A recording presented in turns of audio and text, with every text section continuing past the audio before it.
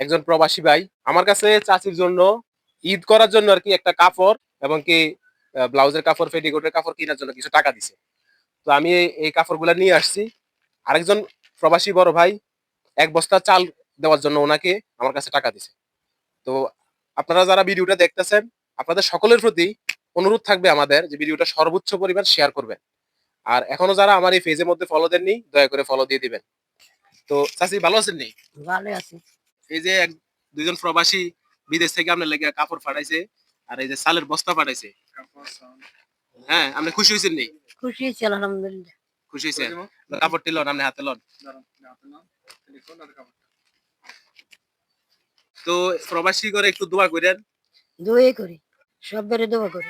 এই যে একজনে কিছু টাকা দিছে, ওষুধ বড়ি কিনলেন, আর নয়তো ফল ফ্রুট কিনে খাইয়েন। ঠিক আছে নি?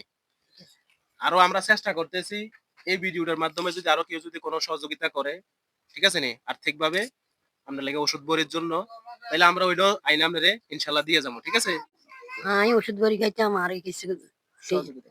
সহযোগিতা হইতাম। আচ্ছা ঠিক আছে। তো বন্ধুগণ, চাচির কথা শুনতেছেন, আসলে উনি অনেক অসুস্থ, যেহেতু বয়স্ক মানুষ, বয়স হয়েছে, উনি ঠিকমতো আসলে কথা বলতে পারে না। তো উনার মানে একটু শারীরিক অবস্থা বেশি একটা ভালো না আরকি। তো উনার ঔষধ বড়ির জন্য কিছু সহযোগিতা যদি করেন আপনারা করতে পারবেন। সবাই ভালো থাকবেন। আসসালামু আলাইকুম।